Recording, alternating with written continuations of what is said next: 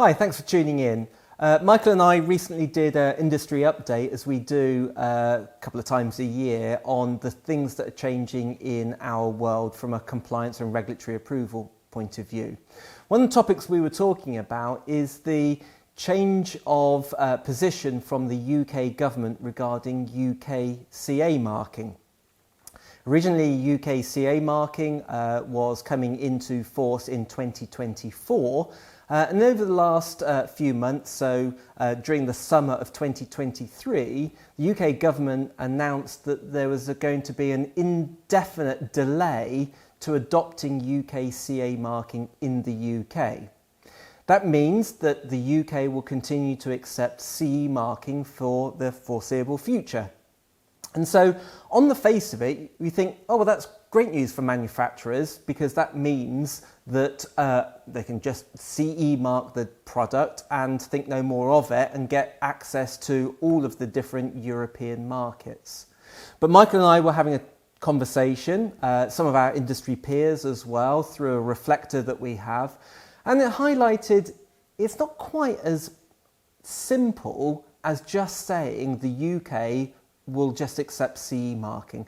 And I think, Michael, you've looked into a couple of examples, and maybe you can highlight a couple of examples where that might not necessarily be seamless. Yeah, thanks, Steve. So in most cases, it's fine. You can CE mark your radio equipment, and based on the CE mark, you can ship your product now into Great Britain. You could already ship it into Northern Ireland, so it would be wrong to say this is a change for the UK as such. We're really focusing on Great Britain here to complete the UK thing, and we'll come back to that in a moment.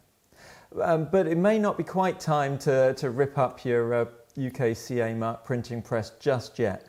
One important thing to remember is the European Union is a political group of 27 different countries, and each different country has its own frequency allocation table. In the most cases, the frequency allocation tables match and overlap between all those European countries. If you have a frequency allocation for a type of radio with a consistent operation and every European country allows the same thing, we refer to that as a harmonized frequency band. So that's great. Let's say you've got a 2.4 gigahertz Bluetooth device. That's a harmonized frequency band and a harmonized type of operation. So that could be sold anywhere in the European Union and in the UK and Great Britain. So if you've got a very simple CE marked product that can be used in the EU and in Great Britain, then you could CE mark it for the EU, and then you could continue to supply that product into Great Britain. But if the frequency band isn't harmonized, you really need to think about that, and you need to think, well, okay, I've CE marked it for the European Union, but can I ship it into Great Britain? I need to check first, is this frequency band permitted in Great Britain? It might seem like a small step, and in most cases it will be a small step of just checking, okay, I've CE marked it, can I sell it into Britain? My point being, just because it's got a CE mark doesn't mean you can automatically ship it to Britain. It needs to be a CE marked product which can be used in Britain.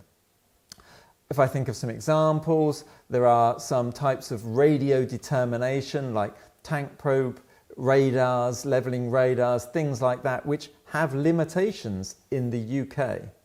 And so if you had CE marked one of those for the European Union, you wouldn't necessarily be able to ship it to Great Britain because of this limitation. Also, there are some 24 gigahertz short-range devices, for example, where there are limitations for use in Britain but may not apply in other European countries. So if you've tested any of those devices with channels or power levels which are okay in the European Union but not okay in Great Britain, then you could not just automatically ship those products into Britain just because they've got a CE mark on them.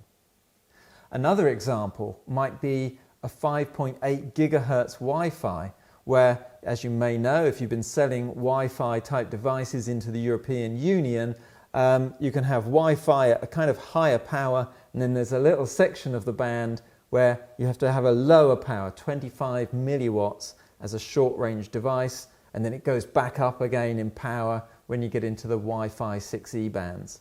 Well, that little chunk of short-range device band, around 5.8 gigahertz, the UK actually allows a higher power. So if you CE marked your radio, which is the lower power option, of course you can sell that into Britain because you're simply selling a product at a lower power than it could use. And that's perfectly okay. So a CE marked 5.8 gigahertz Wi-Fi into Great Britain is fine. The trick would be if you said, well, in the UK, or in Great Britain at least, I want to make use of that higher power, then you'd need to test it for a higher power to a draft standard. And then if it's only going to go into Great Britain, then with that higher power, then you'd need a UK approved body. For a UK approved body, you can't CE mark it based on a UK approved body, and you can't CE mark it with a European notified body because it's a non-European power level. So you'd end up having to use the UKCA mark with a UK approved body so that you could use the higher power. Just to complicate it even further, if you were going to sell that same unit into Northern Ireland, which from a legal trade point of view is in the CE marking region, but from a spectrum planning point of view, it's the same Ofcom requirements of the whole of the UK. So Northern Ireland is CE marking and allows a higher power. So you could take a strange route of CE marking it, but as a Class 2 device just for Northern Ireland, and then it's a CE marked device. But this is it really requires you to understand what I'm talking about there. But all I'm trying to say is CE marked equipment can now be shipped into Great Britain for radio equipment. That's great, but don't get carried away. You do need to check that that product can actually be used in the UK and it is being used in the way you want to use it. So that sounds straightforward enough. Although we have to remember the fact that the Radio Equipment Directive, it might be my most common used directive, but it's not the only one. There's the Radio Equipment Directive, there's medical device directives or regulations, we talked earlier about new battery requirements, and not all of these directives are covered in the UK's statement to allow CE marking. So that could be problematic if multiple directives apply to your product. Let's say, for example, you've got a radio-enabled medical device.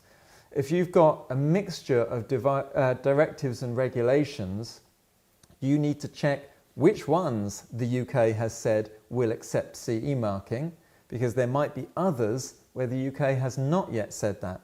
And so you might end up being able to accept the CE mark for some of the directives and requiring the UKCA mark for other directives or regulations.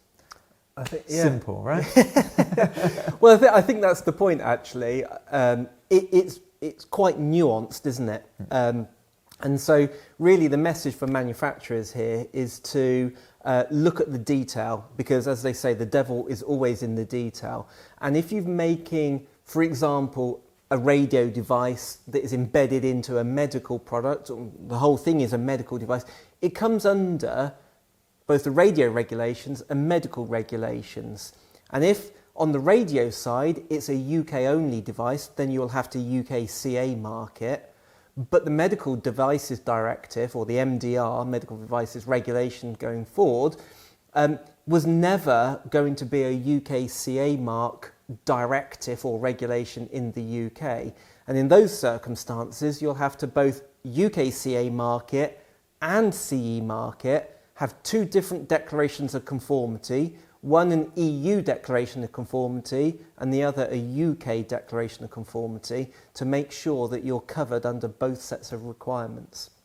And so I guess we really appreciate it's difficult, it's nuanced and it's complicated. If you're struggling with it and you need some help, and people like myself and our colleagues within Element are here to help you, feel free to reach out to us and hopefully we can steer you down the right path.